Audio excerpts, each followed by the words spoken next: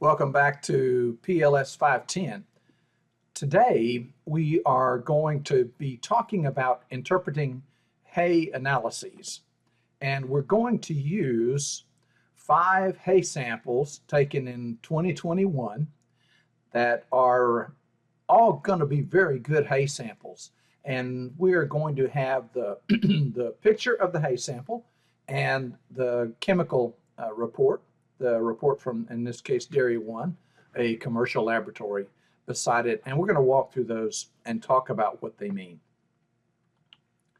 First, let's talk about some things so we get at least fixed in our mind some cardinal values for cattle requirements.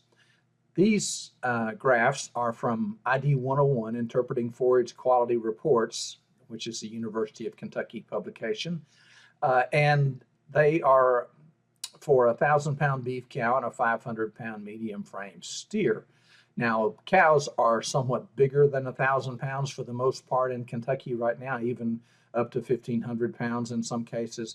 But if you look at the concentrations of TDN and crude protein in their diets or as they need it, this graph is still going to be fairly close to those requirements. Same thing for the 500-pound medium frame steer. So we've got a graph that shows the amount of TDN needed and crude protein needed for a cow, different stages. Dry, second trimester, so she's pregnant, but she's not lactating. She needs just barely, well, it's about actually, by calculating, about 48% TDN, which is a fairly average quality feed, and a crude protein of just about 7.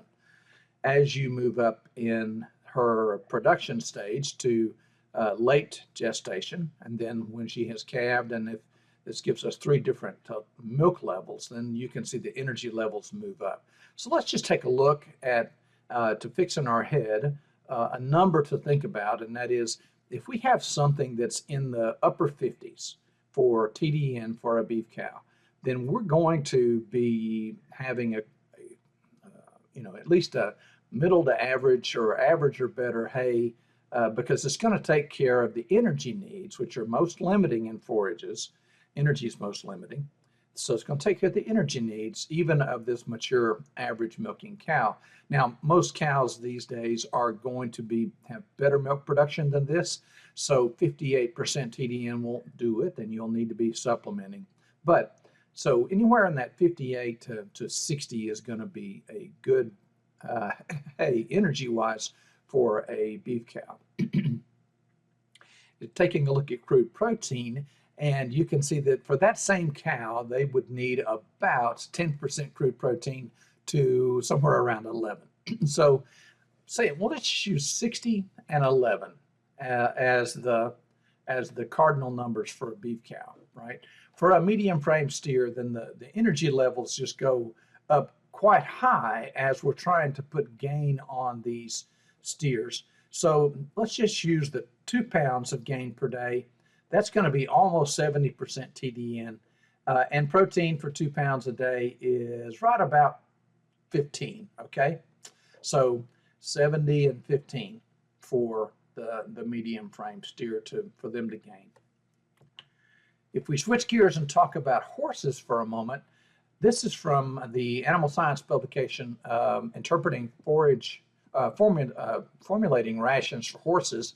And it's got a similar listing of, horses in different stages over here on the left, then digestible energy needs, crude protein needs, and calcium and phosphorus needs. So what I'd like you to remember is that, and these are as fed, and when you see as fed in a text, like in a publication like this, then you would assume that that means 10% dry matter. 10% moisture. So in this case, if it's 0.90 megacals per pound, if our forage is 0.90 megacals per pound, if her needs are 0.90 megacals per pound on an as-fed basis, that's 90% dry matter, 10% moisture. That means it's going to have to be about 1 megacal per pound digestible energy on a dry matter basis. So you kind of have to plus up these numbers by about 11% to make that work.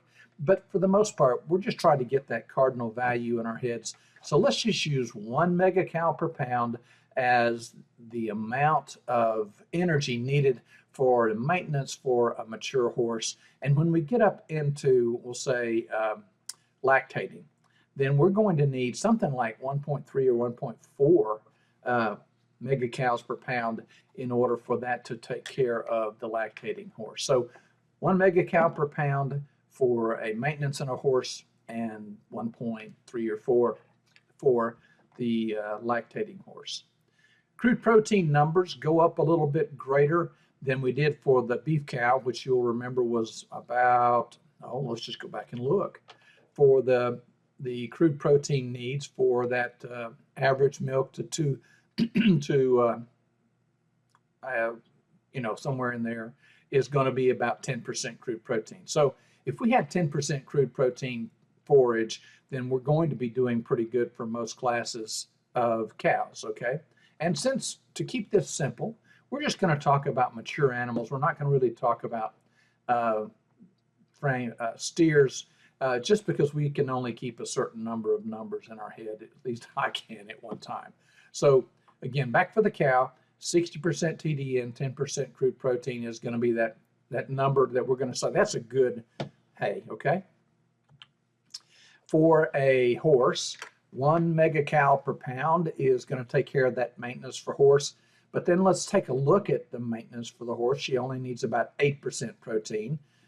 So if you look up here at the lactating horse, they need about 12.5. So we've said before that horses need more protein in the diet than cows because they don't get the benefit of the microbial protein that is generated in their hindgut as the ruminant does, because they're generating microbial protein in the front part of the digestive tract in the rumen, okay? So 1 megacal per pound is kind of the cutoff for the maintenance horse, and 1.3 or so for the lactating horse, and say 8 to 12 or 13% protein for the lactating horse. Now, calcium and phosphorus is needed in about a 2-to-1 ratio or so in the diet of horses, okay? And so we will see that our calcium needs here are somewhere between 0.27 to 0.8% of the diet, and phosphorus is 0.2 to 0.6. So we will keep these in mind just a little bit. Most of the time, we don't really worry about the calcium and phosphorus numbers in forages to deliver the calcium and phosphorus in the diet for a couple of reasons. First of all, usually we're supplementing the horse with minerals or with a concentrate that is going to be balanced for calcium and phosphorus, So let's take a look at these 5 hays. Now that we've kind of dialed in, well, no, we're going to take a look at a couple of other things first, but let's move on. All right, now I'm going to give you some secret tips for reading forage analyses, and we're going to test these out in the 5 samples that come next. And these are, I think, going to help you at least amaze your friends when you may look at forage analyses and you haven't seen the hay yet. And I will tell you this story. I had a call from a farm manager friend of mine, and he was anticipating a delivery of some hay from the west, and they told him it was about a 50-50 grass legume mix. And then all he was looking at was the analysis and the ADF. And so he sent that to me and he said, "Can you tell?" Well, I looked at that for quite a while. It's very difficult to tell composition from the analysis, but I'm going to give you 2 tricks that can help you do that. Number one, the ADF NDF difference is going to tell you the grass legume mix. If it's 10 or less, it's going to be mostly legume. If it's between 10 and 20, it's a grass legume typically, and 20 or more, mostly grass. And the thing that revealed that answer to me from my farm manager friend was the calcium and phosphorus ratio. Because if it's 1 to 1 or thereabouts, then it's going to be grass. If it's, say, between, well, 3 to 1 or greater, it's mostly legume. 2 to 1 or so, between 1 to 1 and 3 to 1, it's going to be a mix of grass and legume. So when I saw this hay analysis, it had a calcium phosphorus ratio of about 6 to 1. So what I told, and the protein content was moderate. So that's another clue, is that protein is going to be much higher for legumes in general, lower for grasses. Well, this particular hay had the protein kind of in the right range, but the calcium and phosphorus ratio was 6 to 1. And so I told my friend that here's what I think you're going to find when you see this hay. It's going to be a mature alfalfa hay because the protein numbers were somewhat moderate, but you're going to find it's almost pure alfalfa because of that wide calcium to phosphorus ratio. And in fact, when he saw it the next day, it was just exactly that. Now, sometimes I would almost always rather be lucky than good. In this case, maybe they coincided, but he sent me an analysis that did have some clues in it. So I'm revealing this to you so that you can amaze your friends and win forage trivia contests. Again, we've talked about having the nutrient requirements in mind, but let's talk about having an idea of what good hay is. And of course, good hay is going to have high protein. It's going to have an ADF, an acid detergent fiber, close to 30, okay? An NDF fiber close to 40 for pure legumes, 50 for pure grass. Legumes are nearly always going to have less NDF than grasses at the same stage of maturity. We're going to have a TDN of 58 or better for cattle, and remember that 58 to 60 was that TDN needed for that average milking cow. And a DE, a digestible energy, of 1.0 megacals per pound or greater for horses. And when you get to relative feed value, or RFV, if you get up to a 100 relative feed value for grasses, that is really, really good for a grass, especially those raised in Kentucky. If we get to be 125 or better for alfalfa, that's getting into the good alfalfa range. And really, some people would say it needs to be 150 or better to be good alfalfa. All right, so this is sample number 1. It's a bale of pure alfalfa from Kentucky. And actually, the Kentucky hays we are going to see are all going to come from the same farm.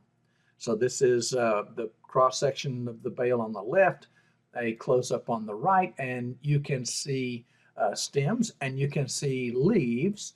And the leaves are in fairly good shape. You can see they're still intact and whole, but they are bleached. And again, it'll become clear that color is an indicator, but it does not reveal the exact quality of the forage. In other words, a good hay can be brown, and a good hay and a green hay will be good, but a brown hay won't always be bad. Okay. All right, this is the forage analysis, and I've cut out the data from the report, and here's the close-up of the hay on the right. And next, I want to highlight some numbers in there, and let's just walk through that. Okay.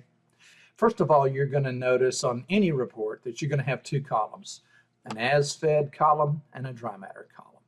Now, I've already gone into the need to convert from as-fed to dry matter when you read that in the text. And we did it with that Animal Science 115 publication that says that these are the requirements for as-fed. Because if you're measuring out a ration, you're gonna do it. In other words, with the moisture contents of the materials as they come to you. So they're not going to be,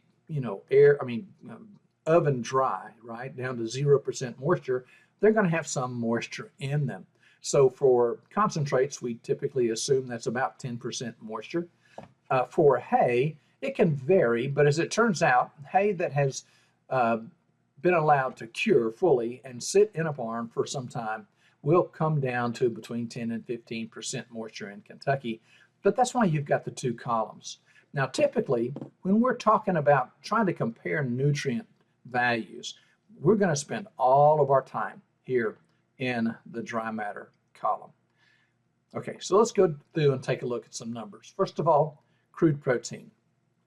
And if you'll remember, a crude protein of somewhere around 8 to 10 is going to be excellent for cows, and say 10 to 12 is going to be enough, or say 9 to 10 to 12 or 13 will be enough for a horse. So in fact, I'll just tell you, all of the hays that you're going to see are going to have crude proteins well above those nutrients. In this case, this is 18.6 on a dry matter basis. We're going to skip some values here. These really come into play when we start worrying about whether or not, at least these upper ones do, whether or not the hay has heated or not. And to some degree, we're able to predict some things about whether a protein will degrade in the rumen or not. And alfalfa, just for example, has a lot of rumen degradable protein, which is going to then have to be cycled back into microbial protein if we want to have whole protein going down the GI tract. So less important for our purposes today. Then we're going to take a look at ADF and NDF, and perhaps these two are the most important two numbers on the report because they are measured entities, okay, measured.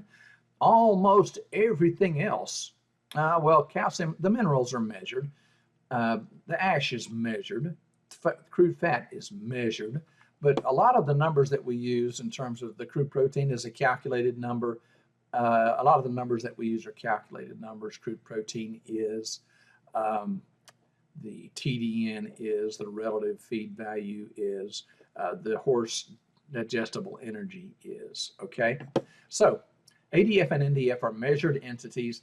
We use ADF and NDF in equations to predict energy and intake in a lot of cases. So let's just take a look. We've got an ADF value of 32 versus 40 or 39. So this, I told you early on that a difference of 10 or less is going to indicate a pure legume. And in fact, that's what we have, okay? We're going to say that I also said that an ADF of 30 and an NDF of 40 is an indicator of a very good hay in Kentucky, and that would be, since the difference is 10, is a very good alfalfa hay, very good legume hay. ADF and NDF together are used to calculate relative feed value, and in this case, that 31.6 combined with a 39.3 is going to give us a relative feed value of 152, which for a Kentucky alfalfa is excellent. It's very high quality. Now we're going to talk about some numbers that are important, especially to horses, and they're going to have to do with the carbohydrate portion of this hay. We're going to look at these four numbers: the percent NFC, the percent starch, the percent water-soluble carbohydrates, and the percent ESC, which is ethanol-soluble carbohydrates, and that would be the simple sugars. ESC is a subset of water-soluble carbohydrates.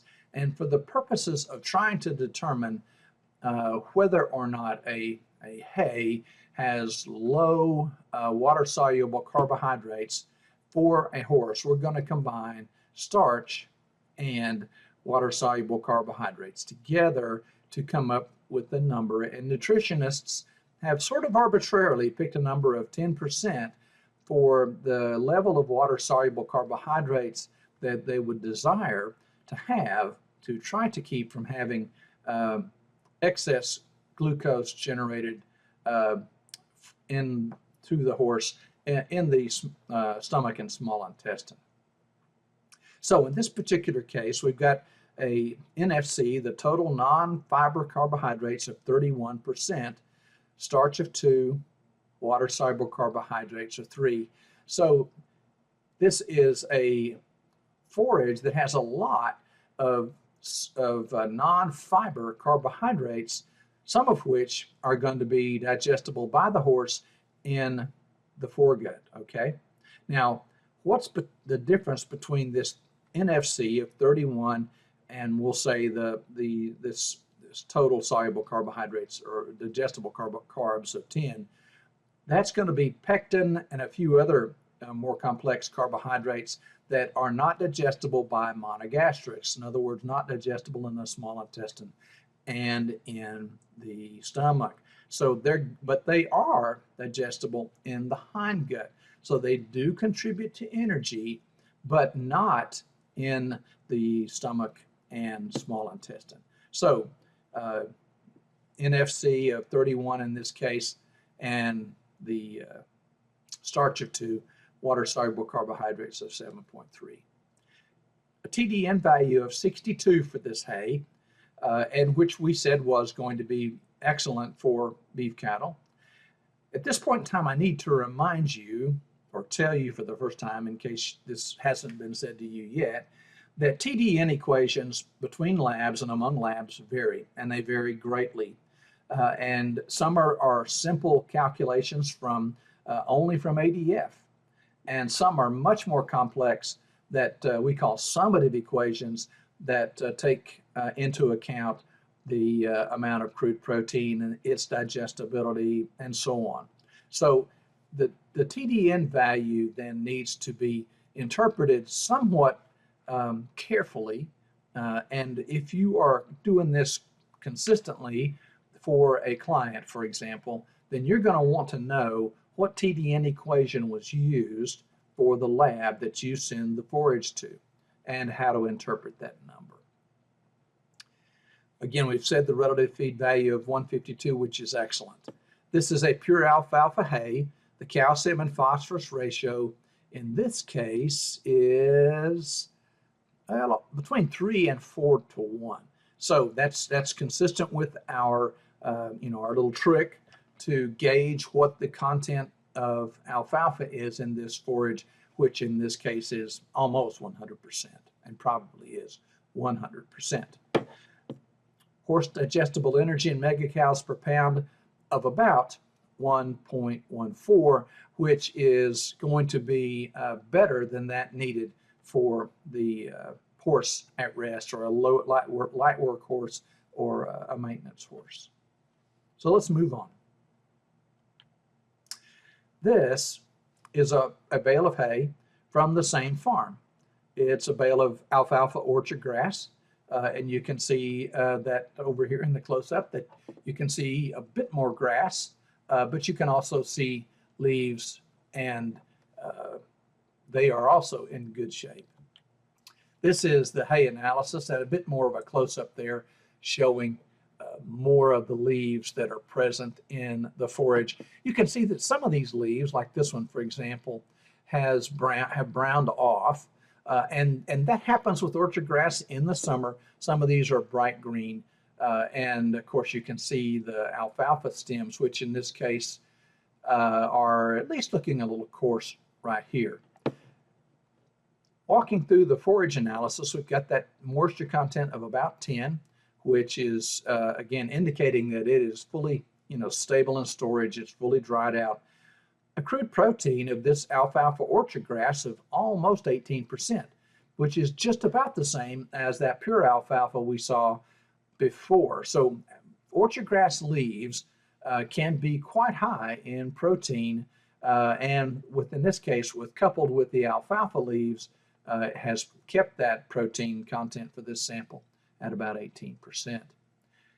Looking at the ADF-NDF difference here, we're about 35.5 for ADF, 47.4 for NDF. That difference is about 12. And remember by our trick that anything between 10 and 12 indicates a mix. Closer to 10 indicates that there is a fairly good amount or a high amount of legume in that forage compared to grass. We're going to have another clue down here that would indicate the same thing. If you look at our carbohydrate fractions compared to the forage before, this has a little bit less in both non-fiber carbohydrates and in starch and water-soluble carbs. A good TDN value, almost identical to the alfalfa in the previous sample. Now, I would say to you that if you were to submit this sample or give these values or take this sample to another lab, you could generate a different kind of a TDN number, again, because of the kind of equations used by the laboratories.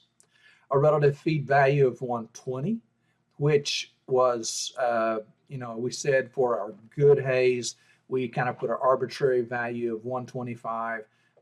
You could have said 120. That this is a very good hay, a very good hay. So a relative feed value of 120. And as a reminder, relative feed value is calculated exclusively from ADF and NDF. Calcium phosphorus ratio here of 4 to 1. So in this case, we know we have grass, but we've got a lot of legume to keep that calcium phosphorus ratio then at greater than 1 to 1, okay? And a horse digestible energy of 1.05.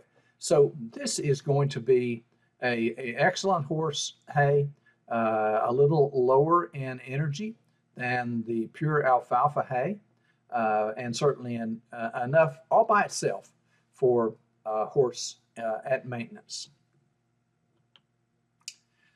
This is actually, ironically, a bale of hay that is alfalfa orchard grass from that same farm. So all three of the samples you've seen up to this point are Kentucky samples and from the same farm. This actually was a sample of hay from Mill Ridge. They purchased from that Kentucky farmer, and this is the full cross section on the left, the close-up on the right. And you can see again in this case, this looks like to me, and I'm trying to visually shut out on the left because I'm trying to stay fair. This looks like it's a heavier orchard grass mix than the bale before, at least right here in this cross section. So let's take a look at what we see. Again, a moisture content of about 10, and again, indicating this is fully dried out hay, okay? If we were closer to, say, the baling, or right after baling, or within a month or two of baling, we might expect that to be 15. Crude protein of 18.9. So even if this is mostly grass, it is really good grass, okay, to keep the protein up around 18.9. An ADF NDF of 33.5 and 50.6, a differential here that's approaching 20, okay? And remember from our trick that a differential of 20 between ADF and NDF indicates mostly grass. So here we've got something between 10 and 20, so that indicates a mix. And because it's close to 20, then we would say it is, probably more than 50% grass, and that's visually what we see. Non-fiber carbohydrate numbers that are a little bit lower, I believe, than the hay sample we just saw. Certainly the starch and water-soluble carbs are lower. TDN of almost identical to that alfalfa orchard grass hay in the previous sample. Relative feed value of 115. Again, that's very close to the relative feed value of the hay before. And since we said a relative feed value of 100 for a grass is really good. For most of our grass hays that you see, you're not going to see, the RFV will be 100 or less. In this case, this is an excellent grass hay, and the relative feed value is 115. Calcium phosphorus ratio of about 0.8 versus 0.3, about 2 to 1, which indicates to me that it is a mix, and more grass, I think, closer to 1 to 1 than 3 to 1, 4 to 1, indicates it's probably mostly grass, okay? And it looks that way to us.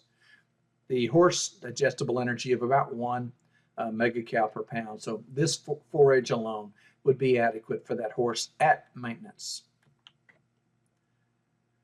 Now we're going to take a look at 2 Western hays, and you're going to have to discount the color just a little bit. Now it is honestly greener, but these pictures were taken under artificial light, and it's very difficult to, in the conditions that I was working in, to get pictures where the colors are perfectly true to the bale itself. This is from Mill Ridge. It is a Western mix of grass and alfalfa, orchard grass and alfalfa. And this from the left side of the barn, which is my clue that this was supposed to be a bale that had a little more alfalfa. If you look over here at the close-up on the right, what we mainly see is grass. But again, this is just one cross-section of a bale that weighs 100 pounds. So again, cross-section, that close-up of the bale on the right and the analysis on the left. In this case, this is Western hay, and their moisture content is 7. So one of the things that we know about Western hay is the drying conditions are much better. And so this indicates, in this case, the moisture was 7, right? Crude protein for this, it looks like a lot of grass here, is almost 20%, which is, just sky high. ADF of 31.9, NDF of 52.0. That differential is exactly 20, very close, 19.9. And so that indicates that this is probably at least almost 100% grass. So, which squares up with what we see here on the right, okay? Non-fibrous carbohydrates of 13.4. Now, the 3 samples we've seen before have been either alfalfa or alfalfa orchard grass, and their non-fiber carbohydrates are somewhere between, well, roughly 20% and 30%. In this case, our mostly grass sample here has a non-fiber carbohydrate of about 13.4, and a starch plus water soluble carbohydrates of that's about 1, say 8.5. And in general, if we're trying to find or use a low or a hay that is good for insulin resistant horses, metabolic syndrome horses, orchard grass is often a good choice because it tends to have lower water soluble carbohydrates and starch. So that's, of course, that fraction of the forage that's going to be digested in the stomach and the small intestine. A TDN in this case of 66, and again, you would not expect a pure grass hay to have a TDN this high compared to a good alfalfa, and that's exactly what we saw in the previous 3 samples. And again, I'm probably spending more emphasis or putting more emphasis on this than makes sense to you at this stage. But Dairy 1 in particular has a very unusual, at least in our judgment, calculation for TDN. And if you want to know more about that, we can talk about that later. And in fact, I do mention that in more specifics in another lecture. The relative feed value for this, mostly grass hay is 115. And again, from our little cheat sheet for good hay, a grass hay with a relative feed value of more than 100 is, I usually call it smoking good.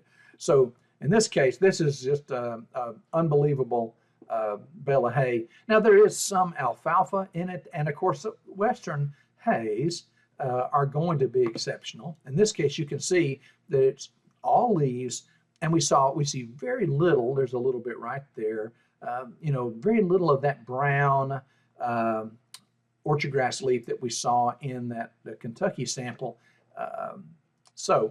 And that means we're going to have, a much higher quality hay.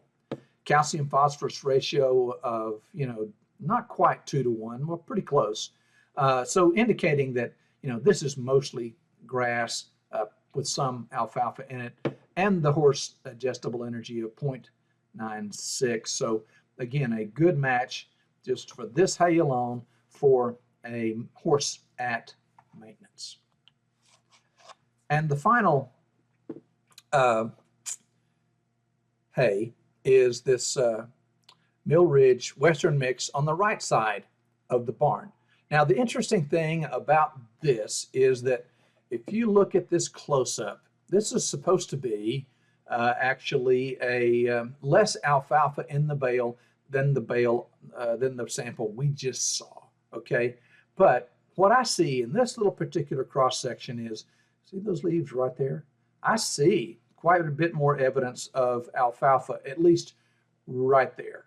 And you know, this points up the challenge with taking one bale and saying this represents the whole lot. Okay, it's also the reason that we want to take a lot of cores, cross-section cores of bales, of a group of hay bales, in order to really describe chemically what's in that lot of hay. Let's take a look at our last hay bale. This is also a Western hay, and as we said, it's from Mill Ridge, and in this one was supposed to be less alfalfa than the hay sample that we saw before. And as you can see, we do see this alfalfa, set of alfalfa leaves right here, and with mostly grass and certainly a nice looking bale of hay. A moisture content of 8.4, again, very dry, 16.6, so a little bit lower than the hay sample that we saw immediately before. And it reminds me at this point in time that I need to tell you that we're looking at one bale, of course, in these pictures, but the hay analyses are going to be coming, at least for these Western hay mixes, are going to be coming from a number of bales. So we consolidated 10 samples or 10 cores from this lot of hay. So there is a bit of a need to at least put an asterisk by our interpretation that this particular bale should match up 100% with the numbers that we see here on the left. If all the bales are exactly alike, they should, but there could be some variation from bale to bale, especially in a hay field that has a mix of alfalfa and orchard grass in it. So taking a look at the crude protein, 16.6 again is going to be more protein than we need for horses at almost any stage or cattle at almost any stage, right?